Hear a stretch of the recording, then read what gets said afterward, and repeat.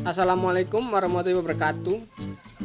Saya perwakilan dari kelompok 2 yang terdiri dari Ahmad Sidney Prayogi, 2 Hudan Abdul Wasi, 3 Muhammad Afan Hidayat Kusuma, 4 Nur Arif Arya Sudarma, 5 Yudhistira. Kami akan menjelaskan tentang sejarah dan jenis bank. Bagi masyarakat yang hidup di negara-negara maju seperti negara-negara di Eropa, Amerika, dan Jepang, mendengar kata bank sudah bukan merupakan bahasa yang asing. Bank sudah merupakan mitra dalam rangka memenuhi kebutuhan keuangan mereka. Bank dijadikan sebagai tempat untuk melakukan berbagai transaksi yang berhubungan dengan keuangan seperti tempat mengamankan uang, melakukan investasi, pengiriman uang, melakukan pembayaran, atau melakukan penagihan. Di samping itu, peranan bank sangat mempengaruhi kegiatan ekonomi suatu negara. Bank dapat dikatakan sebagai darahnya perekonomian suatu negara. Oleh karena itu, kemajuan suatu bank di suatu negara dapat pula dijadikan ukuran kemajuan negara yang bersangkutan. Semakin maju suatu negara, maka semakin besar peranan perbankan dalam mengendalikan negara tersebut. Artinya, keberadaan dunia perbankan semakin dibutuhkan pemerintah dan masyarakat. Pengertian bank asal dari kata bank adalah dari bahasa Italia, yaitu banca, yang berarti tempat penukaran uang.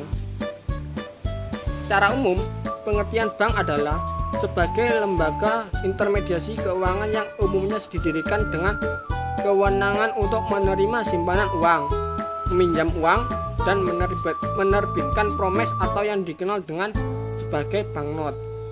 Standar Akuntansi Keuangan PSAK nomor 31 dijelaskan, bank adalah suatu lembaga yang berperan sebagai perantara keuangan antara pihak-pihak yang memiliki kelebihan dana dan pihak-pihak yang memerlukan dana, serta sebagai lembaga yang berfungsi memperlancar lalu lintas pembayaran.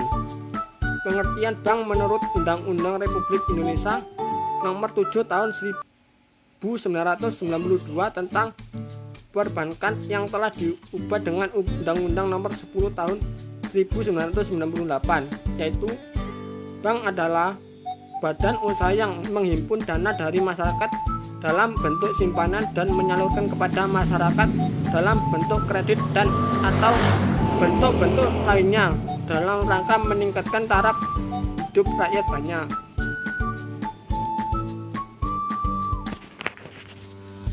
Asas dan fungsi bank. Dalam pasal 2, 3, dan 4 UU nomor 7 tahun 1992 yang telah diubah dengan UU nomor 10 tahun 1998 tentang perbankan yang dinyatakan tentang asas dan fungsi sebagai berikut. Asas bank. Dalam melaksanakan asas demokrasi ekonomi, perbankan harus melindungi usahanya dari beberapa hal negatif sebagai berikut. 1. Sistem free fight liberalis yang menumbuhkan eksploitasi terhadap manusia dan bangsa lain. 2. Sistem etatisme, di mana negara beserta aparatur ekonomi negara bersifat dominan, serta mematikan potensi dan daya kreasi unit-unit ekonomi swasta. 3. Pemusatan kekuatan industri perbankan pada satu kelompok yang merugikan masyarakat. Fungsi bank. Fungsi utama perbankan adalah sebagai penghimpun dan penyalur dana masyarakat. Filosofi dasar kegiatan usaha bank adalah kepercayaan masyarakat. Hal ini terlihat dari kegiatan pokok yang menerima simpanan dari masyarakat yang memiliki kelebihan dana dan memberikan pinjaman kepada pihak yang memerlukan dana. Sejarah bank. Usaha perbankan itu sendiri baru dimulai dari zaman Babilonia, kemudian dilanjutkan pada zaman Yunani kuno dan Romawi. Namun pada saat itu, tugas bank hanyalah sebagai tempat tukar menukar uang, Seiring dengan perkembangan perdagangan dunia, maka perkembangan perbankan pun semakin pesat. Karena perkembangan dunia perbankan tidak terlepas dari perkembangan perdagangan. Perkembangan perdagangan semula hanya daratan Eropa, akhirnya menyebar ke Asia Barat. Bank-bank sudah terkenal pada saat itu di benua Eropa adalah Bank Venesia tahun 1171. Kemudian menyusul Bank of Genoa dan Bank of Barcelona tahun 1320. Sebaliknya, perkembangan perbankan di daratan Inggris baru dimulai pada abad ke-16. Namun, karena Inggris yang begitu aktif mencari daerah perdagangan yang kemudian dijajah, maka perkembangan perbankan pun ikut dibawa ke negara jajahannya.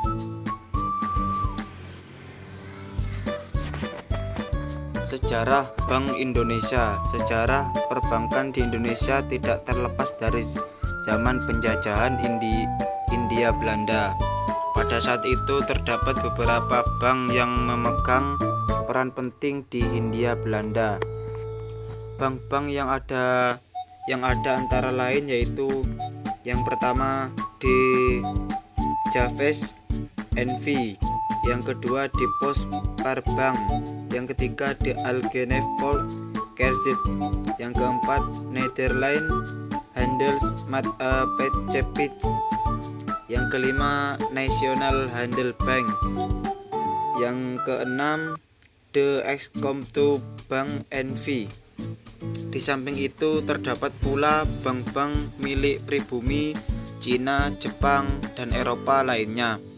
Bank-bank tersebut antara lain yang pertama Bank Nasional Indonesia NV, yang kedua Bank BUMI, yang ketiga The Cooperative Bank of India, yang keempat Batavia Bank, yang kelima The Yokohama Species Bank, dan yang terakhir The Bank of China.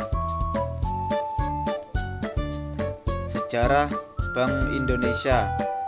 Pada zaman kemerdekaan, perbankan Indonesia bertambah maju dan berkembang lagi. Beberapa bank Belanda dinasionalisasikan oleh pemerintah Indonesia.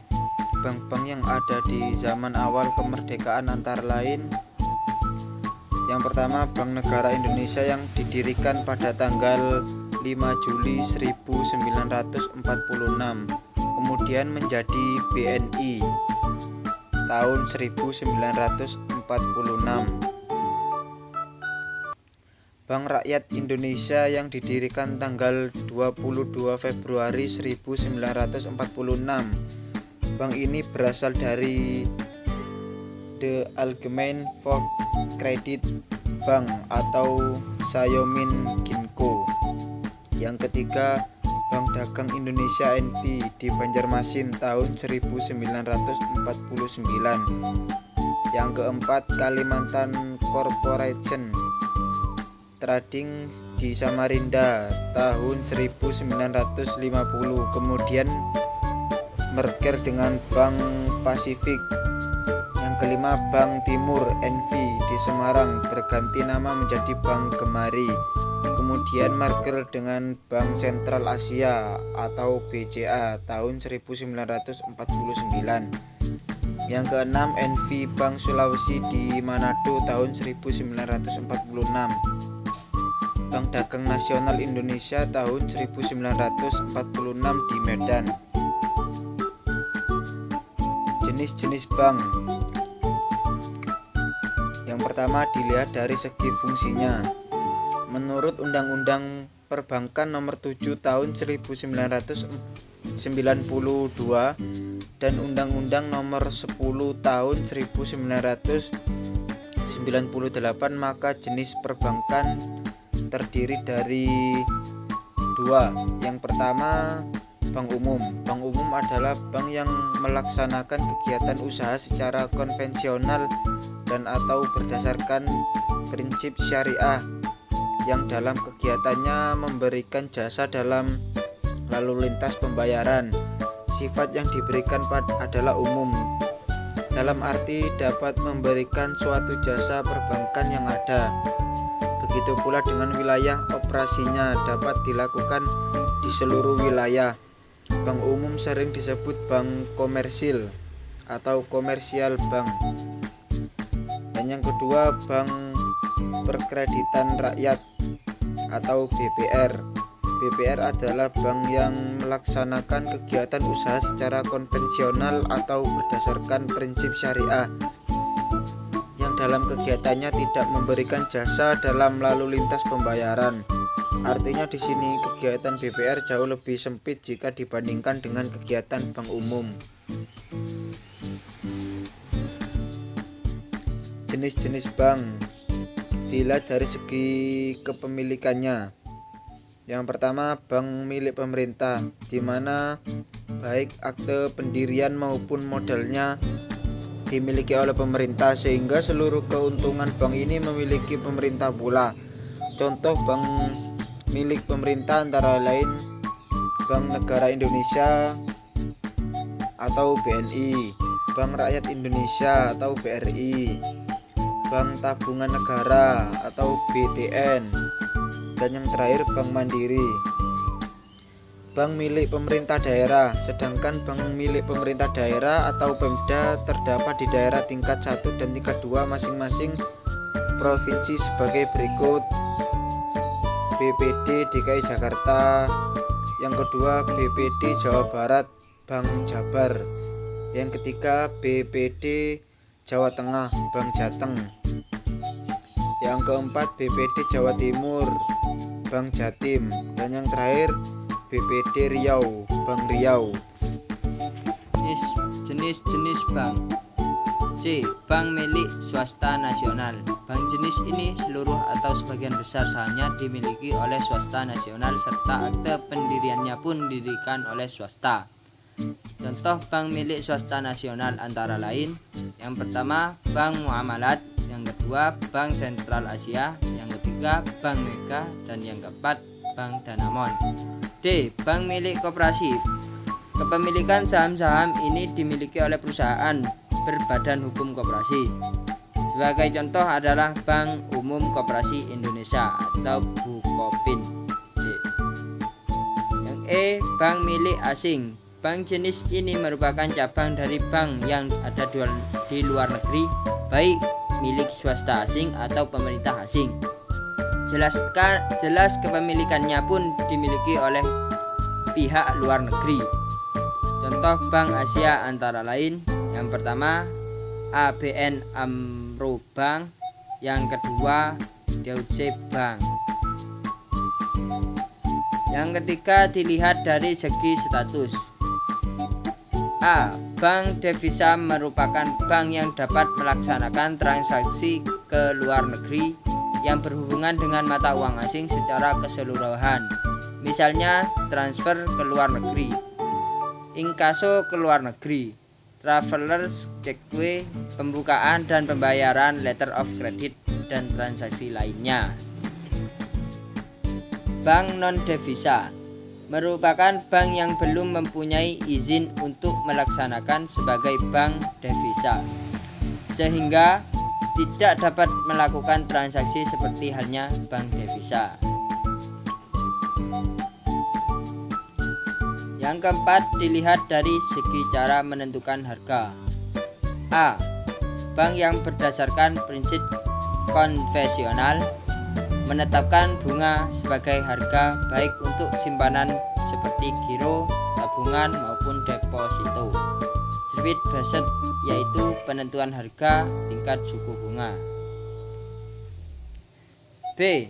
Bank yang berdasarkan prinsip syariah merupakan aturan perjanjian berdasarkan hukum syariah, hukum Islam antara bank dengan pihak lain untuk menyimpan dana atau pembiayaan usaha atau kegiatan perbankan lainnya. Sekian dari kelompok kami. Wallahul muwaffiq ila aqwamit thoriq. Assalamualaikum warahmatullahi wabarakatuh.